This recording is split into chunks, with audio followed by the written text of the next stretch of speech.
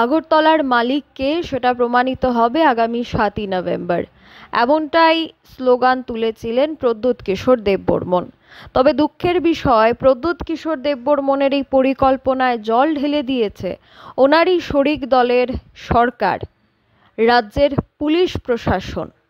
অনুমতি দেয়নি 7ই নভেম্বর তিপ্রামথার জনসভার, যে জনসভায় যে কোনো ধরনের বিশৃঙ্খলা সৃষ্টি হতে পারে তা আগে থেকেই আঁচ করেছিল অন্যান্য রাজনৈতিক দল।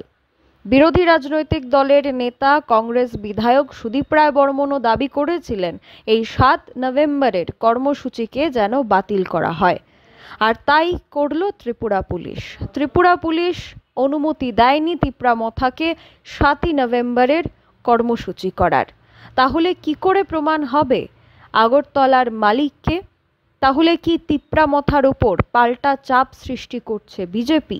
তাহলে কি বিজেপি বুঝতে পেরেছে তিপ্রামথার বিভাজনের রাজনীতি?